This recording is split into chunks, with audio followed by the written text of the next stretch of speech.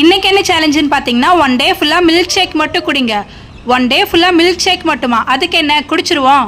Early மார்னிங்கே நம்ம milk shake குடிக்க ஆரம்பிச்சிட்டோம். ஃபஸ்ட்டு என்ன ஃப்ளேவர் குடித்தோம் அப்படின்னா ஸ்ட்ராபெரி ஃப்ளேவர் தான். டேஸ்ட் வந்து அட்டகாசமாக இருந்தது. இந்த ஒரு மில்க் ஷேக்கில் நமக்கு எங்கே பற்ற போகுதா அப்படின்னு சொல்லிட்டு இன்ஸ்டண்ட்டாகவே நம்ம ஒரு வெண்ணிலா ஃப்ளேவர் மில்க் ஷேக் வந்து நம்ம குடிக்க ஆரம்பிச்சிட்டோம். எத்தனை ஃப்ளேவர் மில்க் ஷேக்கும் சரி ஐஸ்கிரீமும் சரி இருந்தாலும் இந்த வெண்ணிலா ஃப்ளேவர் மட்டும் அடிச்சுக்க ஆளே கிடையாது. உங்களுக்கு என்ன ஃப்ளேவர் மில்க் ஷேக்கு இல்லைனா ஐஸ்கிரீம் பிடிக்கும் அப்படின்றத கண்டிப்பாக கமெண்ட் செக்ஷனில் கமெண்ட் பண்ணுங்கள்.